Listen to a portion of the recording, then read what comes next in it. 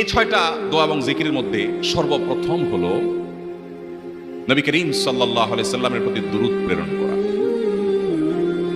নবীজি সাল্লাল্লাহু আলাইহি সাল্লামের প্রতি দুরূদ প্রেরণ করার আমল এরকম আমল, আপনি যদি সারা দিনে শুধুমাত্র নবীজির প্রতি দুরূদ প্রেরণ করার আমলটাই জিকির হিসাবে সবচেয়ে বেশি করেন, দোয়া হিসাবে যদি এটাই আপনি সারাদিন করতে থাকেন, তো আপনার জন্য যথেষ্ট হবে। আল্লাহর কাছে আর কিছু না চাইলেও চলবে, আর কিছু না চাইলেও চলবে। দুরূদ মানে হলো নবীজির জন্য দোয়া করা। ভাই, আল্লাহ তার হাবিবকে রহম করবেন, আপনার আমার দোয়ার দিকে আল্লাহর তাকানোর কোনো ঠেকা আছে? নবীজি কি আমাদের দোয়ার কোনো মুখাপেক্ষী? কিন্তু আমরা তার জন্য দোয়া করলে ওই চান্সে আল্লাহ তাআলা আমাদের প্রতি অনুগ্রহ করবেন। একবার না, আপনি নবীজির প্রতি একবার রহমতের দোয়া করবেন, একবার দুরূদ পাঠ করবেন।